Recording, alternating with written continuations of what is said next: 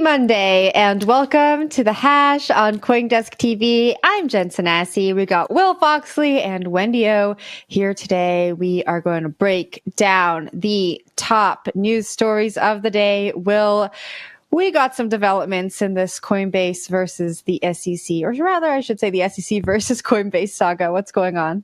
They're both unhappy with each other. Yes, we do have some updates. As of last Friday, this is well after we closed for the day on the hash, the SEC came back and refiled again after a filing from Coinbase. Basically, they're going back and forth in court, and they're just filing against each other. Yeah, adding documents to the lawsuit that is ongoing from the SEC against Coinbase, which was filed, I believe, back in February or March. This document in particular now responds to a Coinbase complaint that the SEC did not have the right information to be able to go forward with their lawsuit, stating that, in fact, the Coinbase filing originally pushed forward in 2021 to go public did not exempt them from the SEC overlooking their business at all, and also stating that Coinbase included in its documentation in 2021 the fact that some of its assets that it would list on its website and on its exchange would be liable to purview by the SEC in the future. So again, we have some more back and forth. We've seen the SEC, we've seen Coinbase and others go on Twitter publicly talking about this. This, of course, is a little bit more important because they're putting these documents publicly into the debate. Jen, I'll throw it to you for your first take on this. As the hash legal consultant, I think there are valid arguments here on both sides, and that's why this case is going to be so interesting to watch. So the SEC says that Coinbase was operating as an unregistered broker, clearinghouse, and exchange all in one go. I think that's going to be like an important part to take note of as we follow this case. All the talk has been around, Coinbase operating as an unregistered security, but there are like lots of nooks and crannies and facets that are going to, I think, be crucial when we're following the case here. What's interesting is in this filing, there's no mention in the article, at least, of Coinbase's mention of they tried to speak to the SEC dozens of times. They didn't get the response that was required in order for them to operate in a way that was favorable to the SEC, and I don't see this mentioned here. So I feel like the next response we're going to hear from Coinbase is that, we tried to talk to the SEC, we tried to get clarity here, and we weren't able to get it. And so, yeah, I don't know. That's my take on this. Wendy, what do you think? So I've been up since 4 this morning. I'm a little bit tired, and I agree with both of you on this matter. The thing that bothers me the most is that the headline, okay? It's a headline that's bothering me a bit. And the reason why is if we don't have any type of guidelines put into place, how are people supposed to know? You can have an idea, this might not be the right way to do it, but unless I can actually go through and get a direct answer, yes or no. Heck, I want to say that Brian Armstrong and Coinbase, they tried to talk to Gary Gensler or talk to the SEC 20 plus times back in 2022.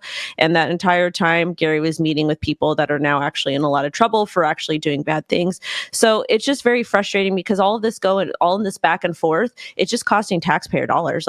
It's hurting retail, it's hurting the underdogs, it's hurting the exact people that they claim that they're protecting because they're actually wasting our money that we could be using that taxpayer dollar to invest correctly, safely, but we have no guidelines. So again, I'm rooting for Coinbase. I'm rooting for Ripple. I'm rooting for almost anybody the SEC is going after at this point because it doesn't seem that they are doing their job. Yeah, the stuff here is a little confusing, right? Because we've seen so much back and forth. And I do think that it's fair that the SEC points out in the 2021 filing from Coinbase that they did state that some of the assets on their exchange could in the future be seen as securities, and that would therefore be a liability or a problem for the business, right? So if you go back to the S1 that was filed in 2021, all these companies have to do this when they go public. They have to list all the things that could possibly go wrong for them as a public company that could lead to a decline in the share value of the company once it's public. And they included this part as a contention or as something that could be wrong with their business. And so it makes sense for them to include that at the time because a lot of people didn't know what these assets would be, if it'd be securities or not. But at the same time, now the SEC can go back and point at that. And so I think it's a really strong point in the SEC's favor here. That being said, I think we're almost all on Coinbase's side in this story. It's just that sometimes the facts don't really align with what you want. Sides on the news, Will. I'm going to pick a side, and I'm actually going to interrupt both of you right now, and I want to tell you a personal story that happened to me. Let me tell you something. When I was, anytime I've bought or sold a house in California, you have to disclose. If there's a little crack, there's a little wood chip on the door, you disclose it. If there's a leaky faucet somewhere, you disclose it. If there's a little chip on the floor, you disclose it. Why do you do that? So people can't go back and say, hey, you didn't tell me this. That Coinbase was required to disclose anything possible that could have impacted them going public. So they did, just because they listed this as a potential, X, Y, and Z, whatever. They did what they were supposed to do. It is not their fault that the SEC did not do their job. It's honestly just absolutely, utterly ridiculous at this point. Like, do the best you can, disclose everything, and then you get in trouble for disclosing later. And I know real estate law is completely different, but with real estate, you can't actually go after somebody if there was a plumbing problem and they said we had a leaky faucet, and that's all that I know. But I know it's completely separate stuff. Just frustrating. I think that's exactly what's going to come back, Wendy, to this narrative that Coinbase has been trying to talk to the SEC. Like, I think that just supports that. They're saying, we know maybe some of these things can be securities. We're trying to work with you to figure this out. And they weren't able to figure it out. I think, Will, you mentioned it in your intro or near the top of the segment, that the Ripple case once that is resolved, I think we're expecting a result there in September, may help push this Coinbase thing along, because we'll have another case decided, and we'll be able to look at that case and maybe apply some precedent here. But then we look at what happened with Library, and that's mentioned here. I think we're going to have all of this law to draw on, and I'm really having a hard time forming my thoughts right now. But I think we're going to be able to apply. What did you say? Just lean into it. I think we're going to be able to apply all the learnings from all these different cases, and we're going to ultimately get a good outcome. But it's not going to be smooth sailing there. Wow, Monday morning, brain and mouth not connecting again. That's okay. It's another Manic Monday. Let's get into this next story because it's all over crypto Twitter. Arkham, I hope I said that properly. I probably did not. Intelligence rolls out crypto data marketplace and privacy advocates cry foul. So Arkham, something with an A, is an on-chain analytics platform, and they're launching a marketplace. And users can buy and sell on-chain crypto data. Users will be able to post a bounty and lock up funds, and then request data on address or wallet to expose attackers or to find identity of impersonators. Blockchain researchers and sleuths can then source and provide information return for the pledge bounty. Marketplace will feature the brand new token, and the token is designed to de-anonymize blockchain. I don't know if they need a token for this, but I kind of understand why they would. But I do think that this is definitely an interesting project. And I also do like that we are having, it's for accountability in the space, because that's what all the public servants say. They always say, nobody's being held accountable. Crypto is lawless. It's for super shadowy coder people. Well, we're actually using the technology for good, and they're still not happy with us. So Jen, you're nodding. I'm going to toss this to you. Well, you correct me if I'm wrong. So do they have this token so that they can pay these on-chain sleuths with a native token to go out and investigate certain crypto wallets? Is that how this is going to work? That's what it's looking like to me. Mm-hmm. Yeah, that's what it's looking like. And I see some information here about like a token sale or something like that, which I don't really want to discuss. I don't think it's relevant, but I want to say that that's what it's for. But I don't know. I feel like they might be going about it the wrong way. I feel like you should be getting the token for solving bounties, or maybe participating in a DAO, or doing something that is for the utility or the use case. Yeah, it sounds like the token is going to drive the ecosystem in some way, shape, or form. We don't have all the details here.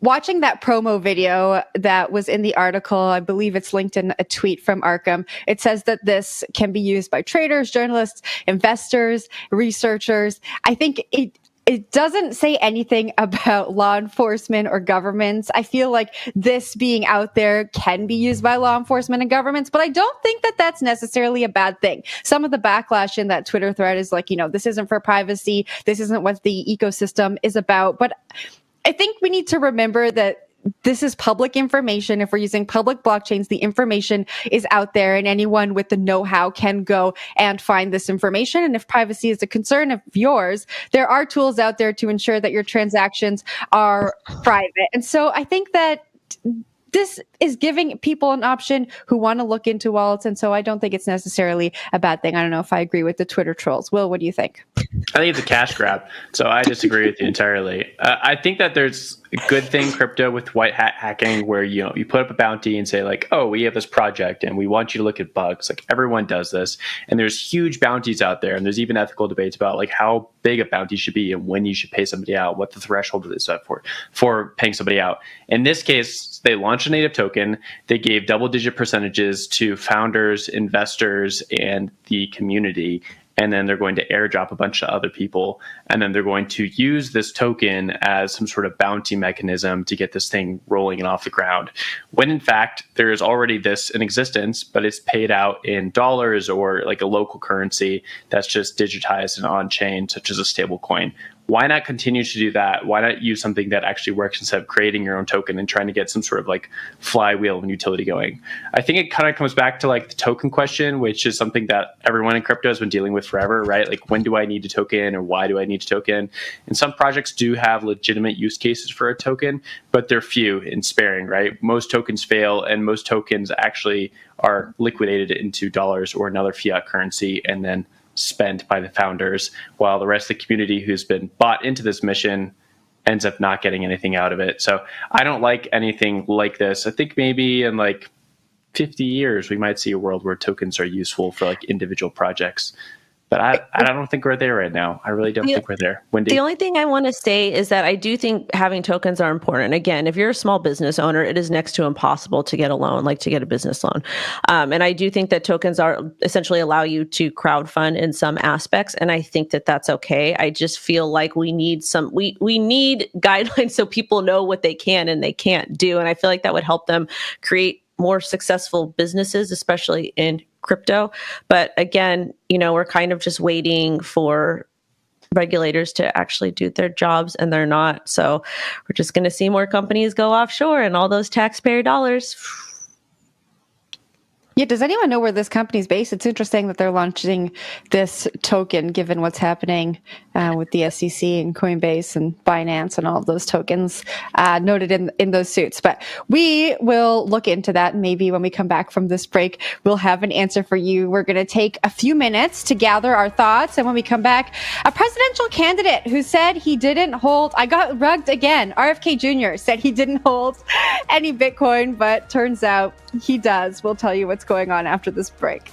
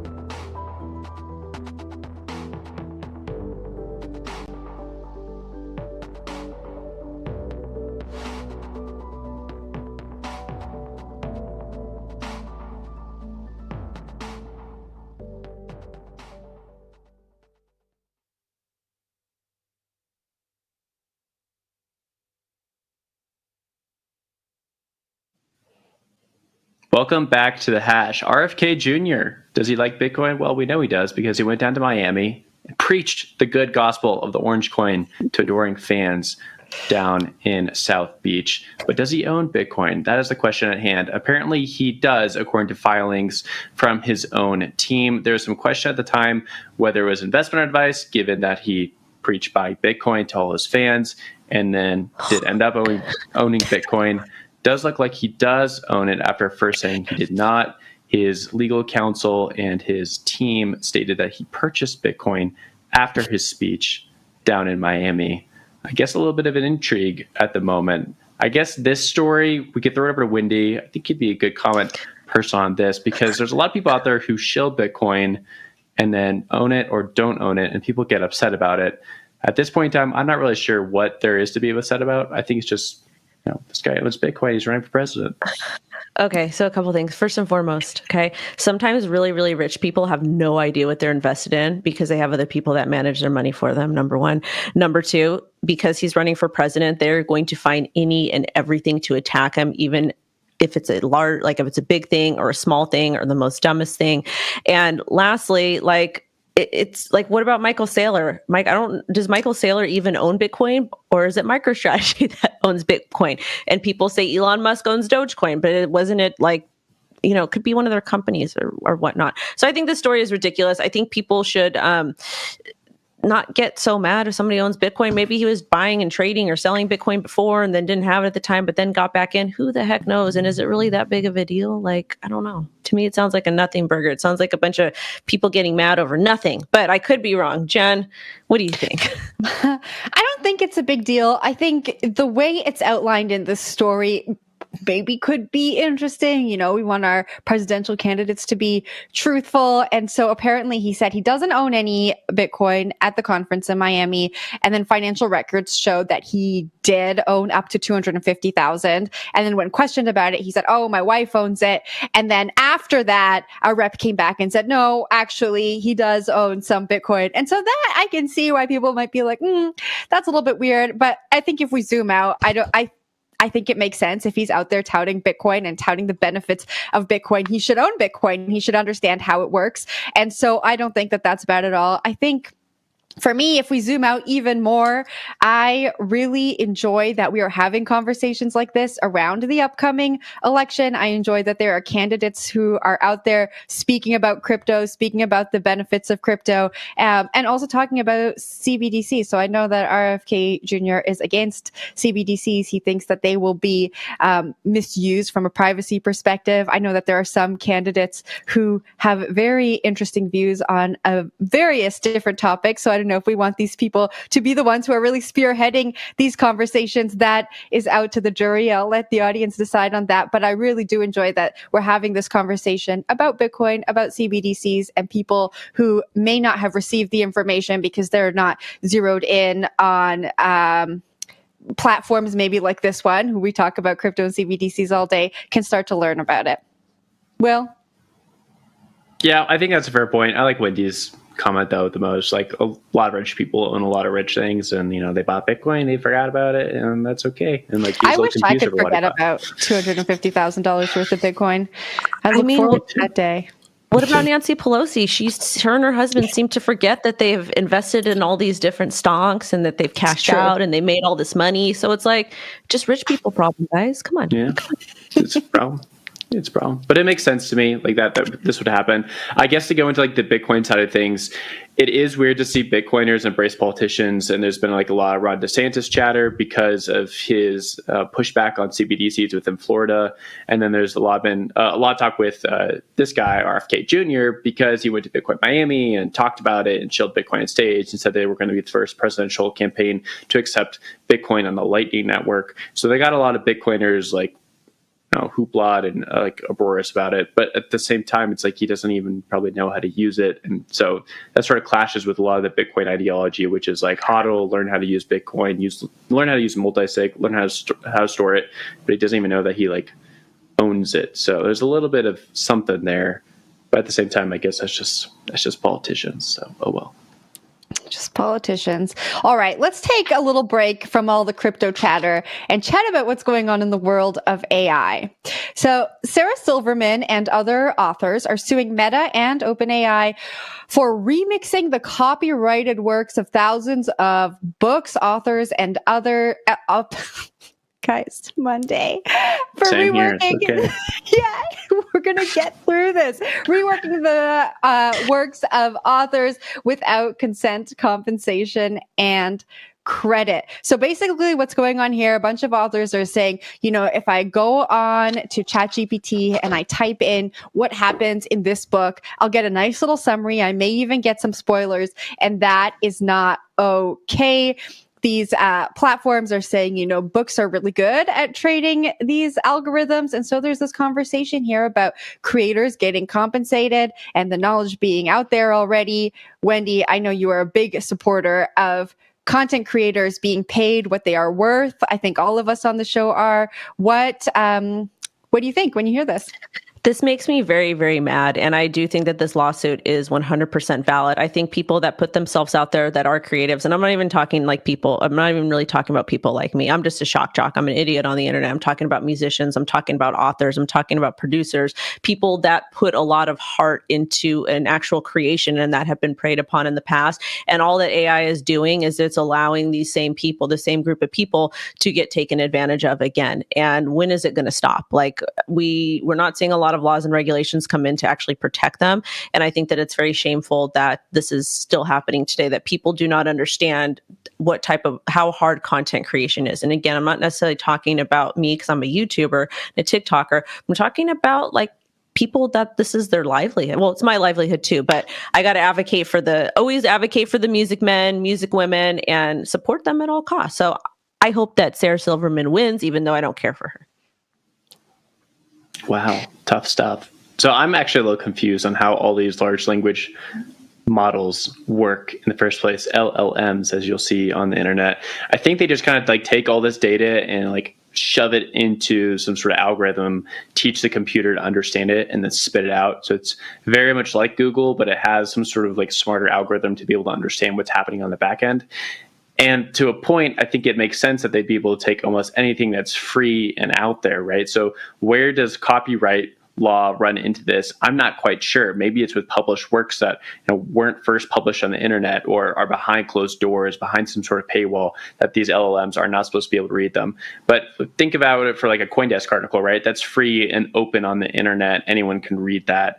And for an LLM to go in and take that and then be able to give you an answer from that information, does it need to cite CoinDesk? I mean, it's common practice within journalism to always cite another publication, or it's common knowledge within like legal studies or just like in professional academic studies to always be citing someone. But these LLMs, they don't really do that. And I don't think the end user really cares where the information is coming from as long as it's accurate, especially if it's so just disorganized on the backside, but then presented so cleanly on the front side like ChatGPT does. So I'd be confused about like how this is supposed to be done in the first place for LLMs. And then on the legal side, this is going to like open up all the copyright stuff, right? Because if they went in and just were taking everything, all these books off the library shelves, things that were just like, behind paywalls, you're going to have a lot of problems. So copyright law seems to be coming for AI, but I don't know. Jen? Yeah, you're absolutely right, Will. And this class action lawsuit is actually works that should be paid for. And I believe they were taken from some sort of digital library that should have had some kind of paywall, but there was a way to get around that paywall and then feed the works into LLMs. And so this is really interesting because we talk so much about regulation in our industry, right? And now AI is out there saying like they are actually advocating for regulation. We saw Sam Altman speak at a Senate subcommittee hearing in May, and he kind of is saying what we're saying. He said there, we think that creators deserve control over how their creations are used and what happens sort of beyond the point of them releasing it into the world. I think that it is very possible that all of these works were used to train LLMs and no one was actually thinking about copyrights. They were maybe thinking about other things. And this is just going to bring again, the conversation into the courts. We're going to get some kind of regulation. We're going to understand, how we can use these creative works, who needs to be compensated, who needs to not be compensated. But it's going to take a long time. A lot of these conversations came up with NFTs and using creative works and how we're going to license these creative works with NFTs. And so I don't think that this is a problem that's going to be solved tomorrow, but I think that the authors definitely have a ground to stand on here, and they should be suing OpenAI and Meta. Wendy, what are your last thoughts here? My last thoughts are it's Taco Tuesday tomorrow, and I'm really excited to be back on The Hash with you guys tomorrow. So if you guys want to watch CoinDesk TV The Hash, you should. And stuff. What kind of tacos are we having tomorrow? I'm having caffeinated tacos for Jen. What are we having? What? Caffeinated ones for me, so I can wake up and say the words properly. Me too. I'm just saying guys and stuff a lot, and I power to the music men and women. Jen, take us away from here. Yeah, we are going to leave it there. We'll be back tomorrow. I'll caffeinate it up. I'll taco it up. Ready to enjoy some Mexican fare. Thanks for watching The Hash today on CoinDesk TV. Thanks for listening to us on the CoinDesk Podcast Network. I'm Jen Sanasi. We had Wendy O and Will Foxley with us today. We'll be back tomorrow. See you then. See ya.